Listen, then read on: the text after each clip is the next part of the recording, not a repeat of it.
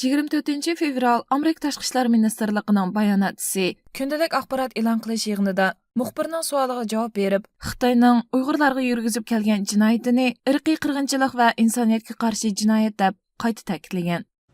On genocide, we've been very clear that Secretary Blinken has determined that what has taken place in Xinjiang was genocide. We've also been very clear that it constitutes crimes against humanity. Obviously, other governments are looking very closely at this.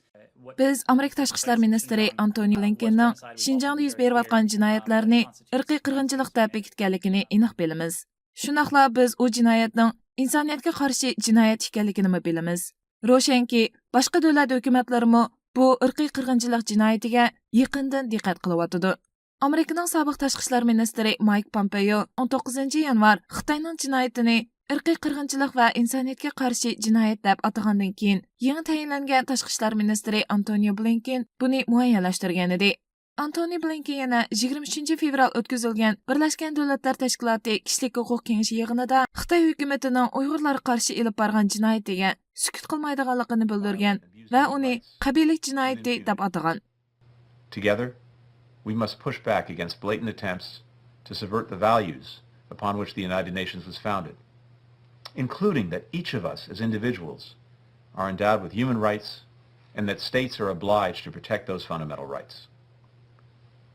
Those who hide under the mantle of promoting economic development while seeking to undermine human rights will be held to account, including for their own human rights violations.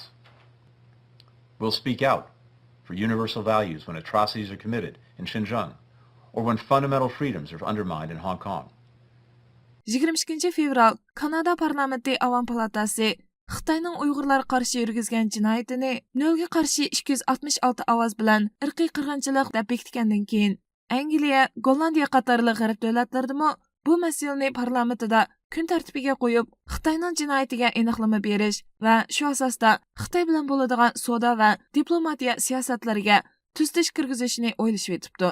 Amerika Tashqi ishlar ministrining Birlashgan Davlatlar Tashkiloti kishilik huquq kengashida qilgan so'zi va mazkur ministrlik bayonotchisining yuqorqi bayoni Amerikaning bu masaladagi mustahkam maydonini ifodalab berdi ekan.